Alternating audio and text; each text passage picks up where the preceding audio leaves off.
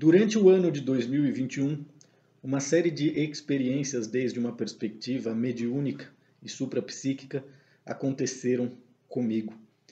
E o vídeo de hoje está sendo gravado justamente para que essas experiências estejam registradas no canal, no legado do nosso canal e no legado do nosso blog. E por isso o título do nosso encontro de hoje é Experiências Fora do Corpo, Encontros com a Minha Mãe. Esse não é um tema fácil de tratar, mas como tem acontecido coisas bastante impressionantes do ponto de vista extrafísico comigo, eu gostaria de compartilhar isso com os nossos leitores e com os nossos espectadores, justamente para que as pessoas possam expandir a própria consciência através das minhas experiências pessoais, desde uma perspectiva extrafísica e também mediúnica. Uma vez que esse é um tema bastante delicado, eu não sei direito nem por onde começar, então eu confesso que meditei muito antes de decidir se ia compartilhar isso com as pessoas que conformam a audiência do nosso canal ou não, e acabei chegando à conclusão de que era importante registrar essas experiências aqui, e para isso a gente vai fazer uma retrospectiva dos últimos 2 anos, né, justamente porque o falecimento da minha mãe aconteceu no ano de 2019. E antes do falecimento da minha mãe, em 2019, eu e ela estivemos por um período de mais ou menos 3 anos, praticamente sem se falar.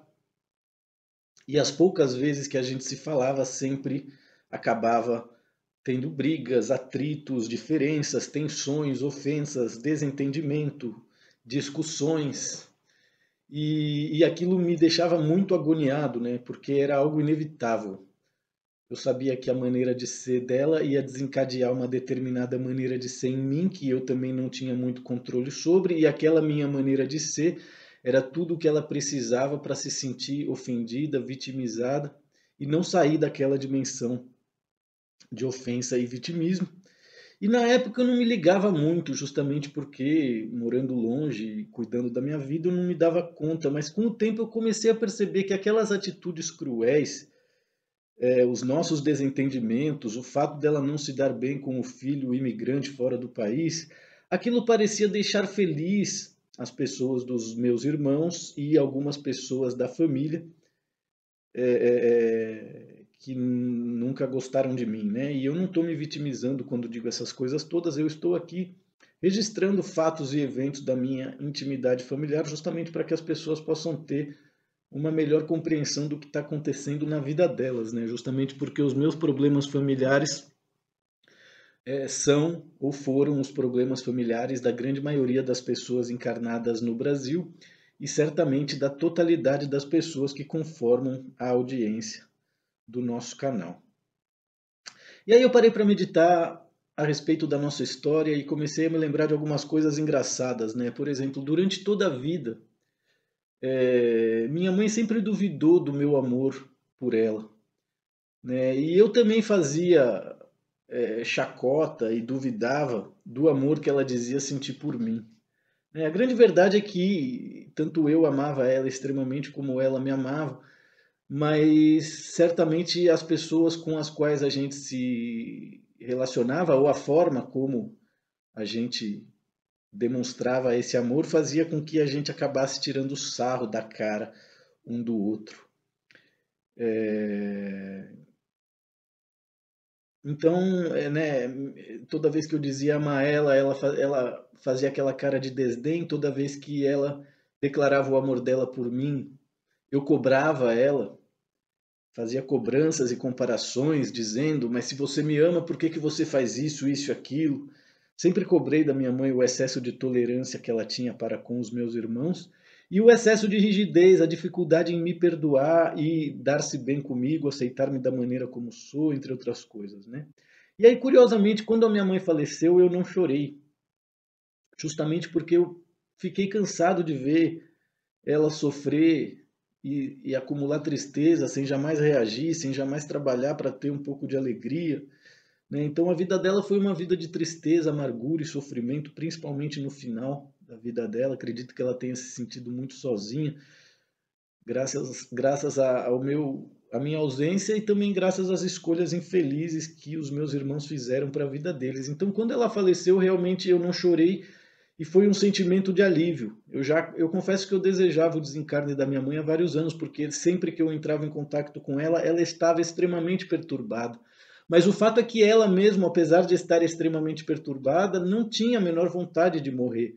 Ela gostaria de ter seguido vivendo, ela gostaria de ter tido mais saúde, ela gostaria de ter vindo me visitar e trabalhar e ter dinheiro e fazer uma série de coisas que ela foi desistindo, né? Então, esse sentimento de alívio, ele até me assustou, porque eu sempre fantasiava com a morte da minha mãe na adolescência e achava que eu ia sofrer muito e achava que eu ia perder muito e a verdade é que depois que ela morreu foi um sentimento de alívio muito grande, porque eu percebia que ela se sentia asfixiada, se sentia sufocada, se sentia muito triste, principalmente por aquilo que os meus irmãos escolheram para a vida deles, né? Ela nunca teve oportunidade de tecer nenhuma crítica, né? Então, claro, depois do desencarne dela, eu comecei a questionar muito aquele amor que ela sentia por mim, né? E do ponto de vista da meditação, do ponto de vista da conexão com o grupo de sábios, eu sempre questionei, mas se ela me ama e me amava, então ela depois da morte deveria vir ao meu encontro, né? Logo meses depois do falecimento dela, eu comecei a colocar esse tipo de questionamento para com o grupo de sábios e pouco tempo depois algumas coisas começaram a acontecer e são essas coisas que eu quero compartilhar com vocês aqui hoje e principalmente o que me aconteceu no dia 23 de dezembro de 2021, que é o verdadeiro motivo do porquê esse vídeo está sendo feito a título de registro para o nosso legado em YouTube e também aqui no nosso blog. E eu falei a respeito disso com poucas pessoas, mas o grupo de sábios achou por bem que isso fosse divulgado para todas as pessoas, justamente porque as nossas histórias, os nossos enredos existenciais com as pessoas que são a nossa família e os nossos pais, eles não terminam com a morte do corpo físico. Então eu me lembro que meses depois do falecimento da minha mãe, eu fui ter o primeiro encontro com ela em um ambiente extrafísico que eu costumo reconhecer e chamar de mansões e arquiteturas suspensas, justamente porque são habitações e vivendas bastante confortáveis, né, mas com traços de arquitetura que você não encontra no planeta Terra. E nesse primeiro encontro, eu percebi que ela estava presente, mas ao mesmo tempo não estava presente, e que, assim como aconteceram em outros encontros, havia uma incapacidade muito grande da parte dela de olhar nos meus olhos, né? E ela estava sempre em movimento. Era uma coisa, né, como se ela não quisesse ter aquele contato, como se ela não quisesse ter aquele choque emocional que talvez nós tivéssemos ao dar-se conta de que ela já não tem mais um corpo e estamos nos encontrando fora da realidade física, né? Aí depois houve mais um encontro que eu me lembro que foi marcante, que foi numa mesa de jantar, onde havia um bacalhau, onde nós comemos juntos, mas eu também reparei essa ausência dela dentro dela mesma, na incapacidade de lidar com certas emoções, não conseguir olhar nos olhos, né? Então esses foram encontros em realidades extrafísicas.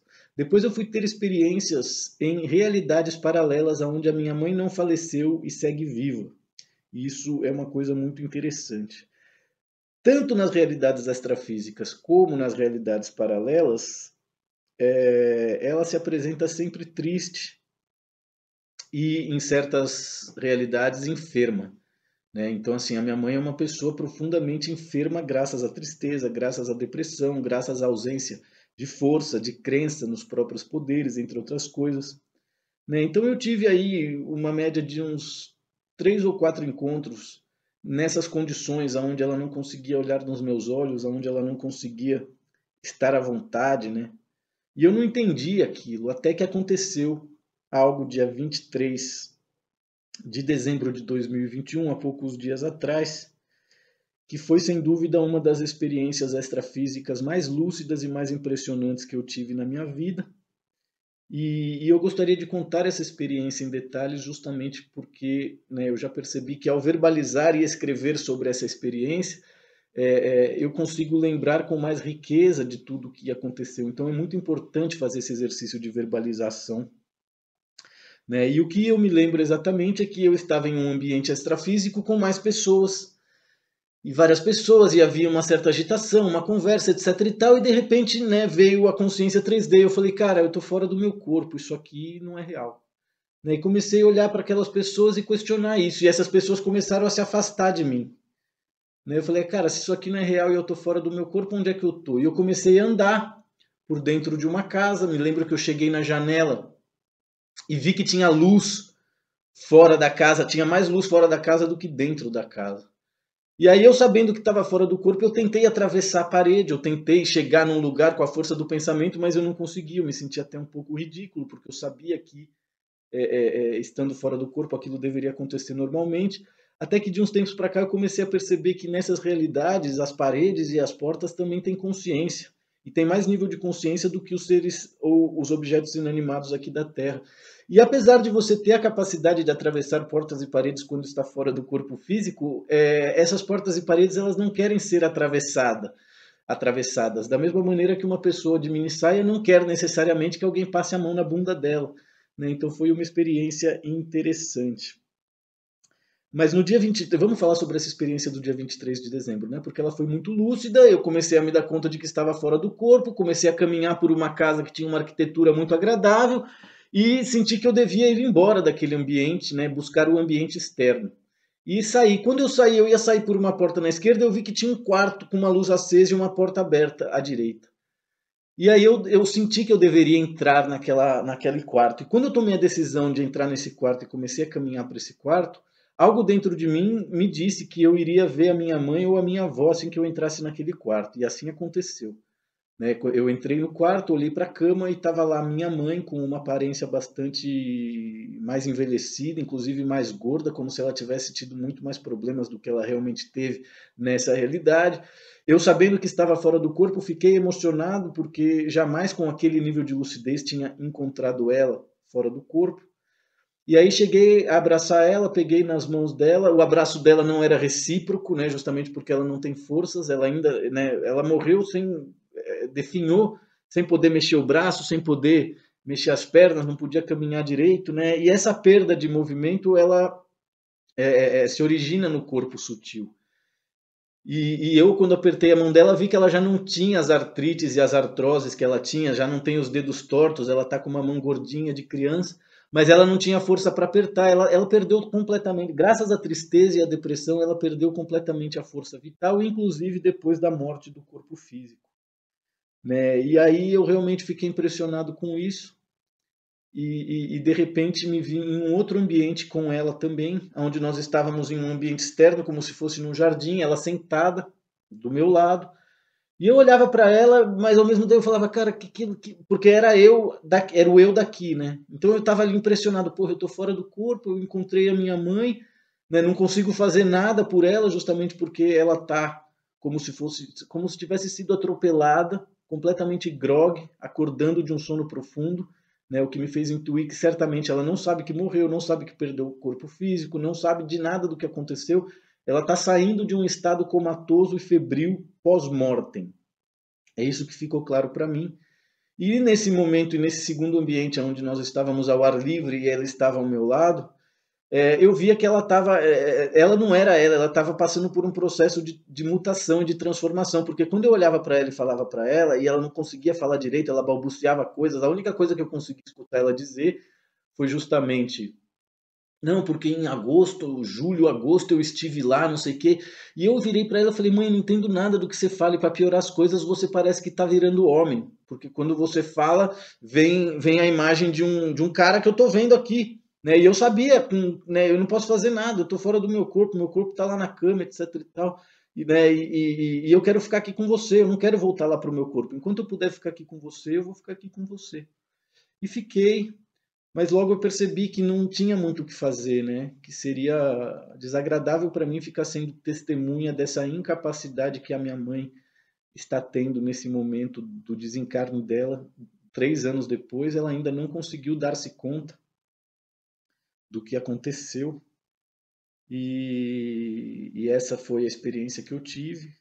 E eu gostaria de compartilhar com as pessoas que acompanham o meu trabalho justamente o como realmente está a minha mãe, né? Porque a gente pensa que com a morte do corpo físico a pessoa vai para o céu e na verdade não, né? Tanto o sistema de crenças como o modelo mental da minha mãe aprisionou ela no limbo, justamente porque ela não acreditava em nada, ela não se apegava a nada, a não ser naquele cristianismo chinfrim que ela praticava para fazer média com a família dela, mas no final das contas é possível que ela também desdenhasse de tudo aquilo, porque é uma história muito infantil e ela era uma alma muito amadurecida, apesar de não ter tido oportunidade de impor esse amadurecimento, né? Ela foi asfixiada como um pato, né? Que vai fazer aquele patê foie gras, não sei se você já viu como fazem, né? Os caras abrem assim o bico do pato e colocam comida direto no estômago dele, justamente para o rim dele inchar, e isso cria um patê mais saboroso, segundo os franceses e as pessoas que gostam desse tipo de comida, né? Mas enfim, o sistema de crenças e o modelo mental da minha mãe aprisionou ela numa dimensão límbica.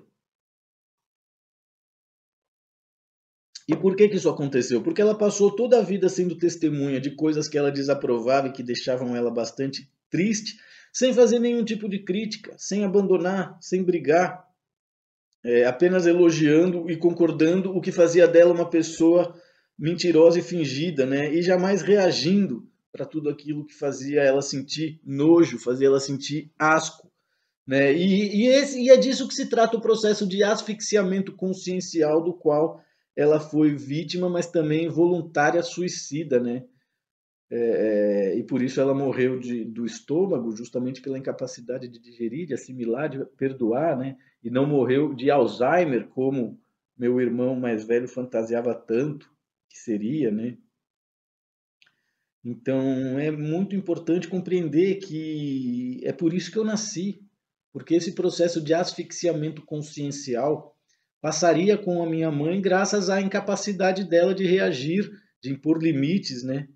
Então, a morte da minha mãe me fez compreender mais e melhor o porquê eu verdadeiramente nasci, justamente porque eu represento tudo aquilo que em minha mãe foi destruído para que pessoas como os meus irmãos pudessem se sentir bem-sucedidas sem deixar de ser mentiroso, sem deixar de ser charlatão, sem deixar de ser sexista, sem deixar de prostituir-se em nome da fama e ser uma subcelebridade cafona, né? Então foi por isso que eu nasci, justamente para que tudo isso, o que os meus irmãos destruíram na minha mãe, seguisse sobrevivendo.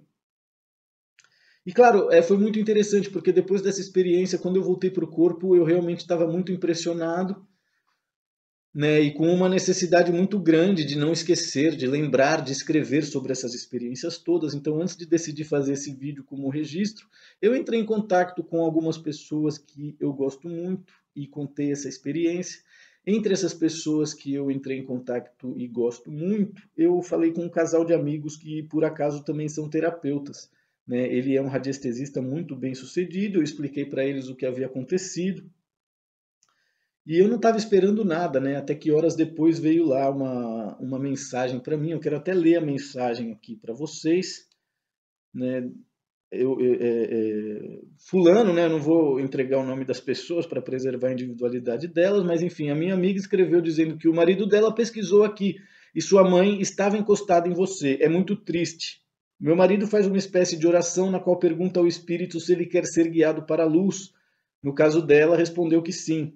E assim, através de uma invocação aos mentores e guias amparadores, foi pedido que encaminhem a sua mãe para as escolas espirituais do bem.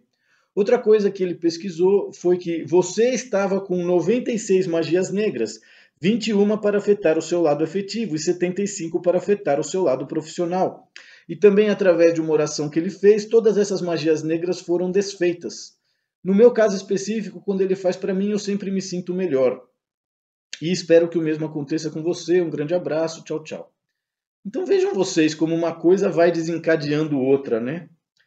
porque eu estava compartilhando com um casal de amigos que eu confio sobre uma experiência que eu tive e que eu não sei como ela vai ser recebida por pessoas céticas, por pessoas invejosas, por pessoas charlatãs ou por pessoas mentirosas que abundam na internet, né? E aí, de repente, o marido dela, fazendo o trabalho dele de radiestesista, descobre essas coisas todas, encaminha minha mãe para a luz. Eu, durante as sessões, né, ou seja, isso que ele, como radiestesista, fez pela minha mãe e que os kardecistas fazem todos os dias nas suas reuniões por uma série de almas que não têm a capacidade de perceber a própria morte e encaminhar-se sozinha para os domínios da luz e já não ficar nos domínios da matéria, absorvendo energia como fantasma, etc. e tal. Então, quer dizer, eu já fazia esses trabalhos a nível presencial através das terapias de regressão, né? E quem diria que esse trabalho seria necessário para que a minha mãe pudesse sair desse limbo dentro do qual ela se encontrava e para que eu pudesse descobrir que 96 trabalhos de magia negra foram feitos contra a minha pessoa, 20 e tantos para ferrar minha parte afetiva e não sei quantos para ferrar a minha parte profissional. Né? E claro, eu fiquei muito revoltado, surpreso, estupefato com tudo isso, porque eu nunca havia parado para pensar. Eu lembro quando eu fui uma vez no Ceará, falaram que já haviam feito 3 trabalhos para me matar. Né? 3 é uma coisa, agora 96 trabalhos. Né? E aí eu meditando, questionando o grupo de sábios e os meus guias e amparadores extrafísicos, perguntei quem faria isso contra uma pessoa como eu, que realmente não faz nada de mal para ninguém, que atua em nome do amor, da justiça, da medicina e da verdade. E a resposta do grupo de sábios foi bastante surpreendente para mim, porque o que eles disseram é que em um lugar que nem São Paulo ou Brasil, muita gente faria magia negra para destruir o meu matrimônio, para prejudicar a minha vida profissional. E aí eu comecei a meditar e dar-me conta, né, perceber tudo isso. Né? Por quê? Porque o número de casas de macumba e terreiro que você tem no Brasil, né, você coloca lá no Google, você tem mais de 780 mil respostas. Né? Até separei aqui um dado interessante que diz, é uma curiosidade, né? Onde mais tem terreiro no Brasil? No Rio Grande do Sul, que é o segundo estado mais branco do país, porém, contraditoriamente, é o estado com maior número de terreiros no Brasil, muito mais que a Bahia e que o Rio de Janeiro. Né? Calcula-se que haja 65 mil terreiros em todo o estado. Né? Isso somente no Rio Grande do Sul. Imagina em São Paulo, imagina. Então, quer dizer, eu realmente fiquei bastante chocado de descobrir tudo isso. E as respostas não param de vir, né? Porque eu também não paro de meditar e não paro de buscar. E aí, claro, você começa a se dar conta, né? Que quem é sexista, que quem é charlatão, mentiroso, no final das contas ama magia negra. Por quê? Porque é a única maneira que essas pessoas conseguem ter algum poder e prejudicar os próprios inimigos.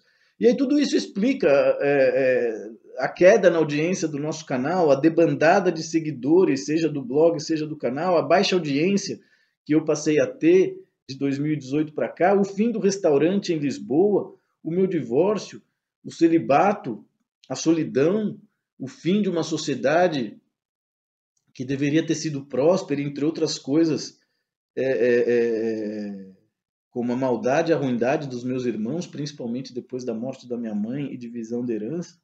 Né? E assim, mais do que tudo, eu acredito que, né, entrar em contato com o ódio e desejo de vingança da ex-amante do meu pai, que no final das contas destruiu a nossa família, e não sei por que, estranhamente, até hoje faz questão de ser a madrasta, a amiga, a advogada, a protetora e a defensora dos meus irmãos. Né? Não me surpreenderia que essa fosse a pessoa responsável por 96 trabalhos de magia negra contra a minha pessoa. 23 para destruir. Tá aqui, ó, 21 para afetar o meu lado afetivo e 75 para afetar o meu lado profissional. Então, quer dizer, quem faria esse tipo de coisa certamente são as mesmas pessoas que transformaram a minha mãe nesse bagaço etéreo que ela se transformou fora do corpo. E eu agradeço muito o grupo de sábios por ter me preparado para essa experiência, porque se isso tivesse acontecido meses depois do falecimento dela, eu realmente teria ficado muito traumatizado, né? Então, faço questão de gravar esse vídeo justamente para registrar o que acontece com as pessoas que não reagem, que se deixam ofender, que vão aceitando de tudo, que vão vivendo em direção à própria morte, né? Sem desfrutar a vida. Isso foi a minha mãe e segue sendo depois da morte do corpo físico. O tanto de tristeza que ela acumulou, né? E todo o amor que ela tinha e não praticou, principalmente para comigo, que é o único filho dela do qual ela realmente podia se sentir feliz e orgulhosa. Certamente tudo isso asfixiou ela de uma maneira horrível. E eu realmente não desejo que aconteça para ninguém depois da morte o que está acontecendo com a minha mãe. Mas eu tenho certeza que a lei da divina providência, o grupo de sábios, os médicos de nossa casa real sagrada, se eles realizaram essa experiência comigo é porque ela já está em vias de ser recuperada. Ela está passando por um processo de equalização da própria consciência para dar-se conta de que ela já não tem um corpo físico e não precisa carregar todas aquelas tristezas e amarguras que ela acumulou na vida terrena dela. Então acredito que seja isso que eu gostaria de compartilhar com as pessoas que conformam a nossa audiência. De alguns tempos para cá, as experiências extrafísicas têm sido bastante lúcidas. Inclusive, eu contei na live a respeito daquela serpente energética que tem aparecido e me chama e mexe comigo justamente quando eu estou saindo do corpo. E às vezes eu me pergunto se aquilo não é a minha mãe ou se não é alguém que está justamente, né, levando eu para essas dimensões de consciências limbosas e desprovidas de luz e de vida, onde a minha mãe se encontra agora mesmo, né? Não duvido nada que esse evento que eu contei na live começou a acontecer justamente para que a divina providência pudesse começar, né, a tomar as soluções cabíveis justamente para que a minha mãe não fique no limbo, regresse à luz e siga evoluindo através do amor, da confiança, do perdão, da sabedoria e, mais do que tudo, da maestria e da soberania, que é o que todos nós seres humanos encarnados aqui na matéria estamos para reconquistar. Agradeço de verdade a todas as pessoas que conformam a nossa audiência. Fico feliz por fazer esse registro aqui no legado de nosso canal. Desejo um feliz ano de 2022 a todos. Seguiremos em contato e trabalhando. Muito obrigado. Saudações cordiais alfa-sirianas.